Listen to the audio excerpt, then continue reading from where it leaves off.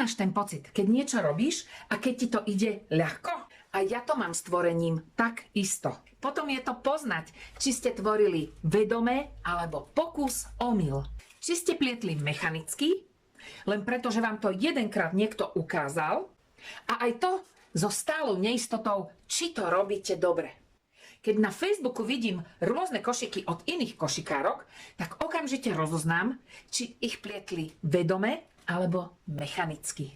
Či jej záleží na tom, ako ten košik na konci bude vyzerať, alebo či ani vôbec netuší, že môže vyzerať úplne inak.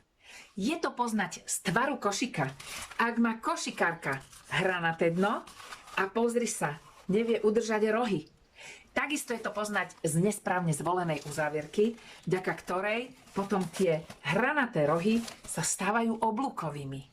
Neovláda uzávierky, nevie zapracovať začiatko-koniec. Nielen, že sa v pletení vôbec nerozvíja, ale ona následne každým ďalším košikom opakuje stále tie isté chyby. Ak máš to šťastie a máš veľké množstvo času, tak si začni o tom študovať niečo sama.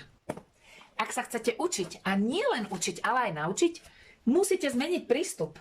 Alebo si nájdi najrýchlejšiu skratku od lídra na tvojom trhu. Vždy ti to pôjde rýchlejšie, keď ti niekto podá pomocnú ruku a on ťa povedie. Ak začneš tvoriť a pliesť košiky z pedigu podľa návodov, budeš sa cítiť veľmi dobre, pretože sa ti to podarí.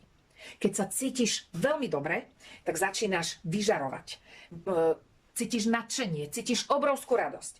Keď cítiš obrovskú radosť, tak aj každý ten košíček, ktorý dáš von na internet, tak pritiahne pozornosť ďalších ľudí.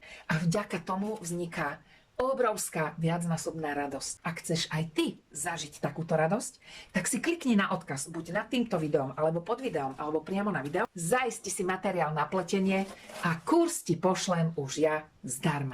Som Katarína alias Rybiška a učím tvorivé ženy na celom svete pliesť košiky z pedigu v pohodlí ich domova. Naučím to aj teba. Maj sa krásne a do pletenia.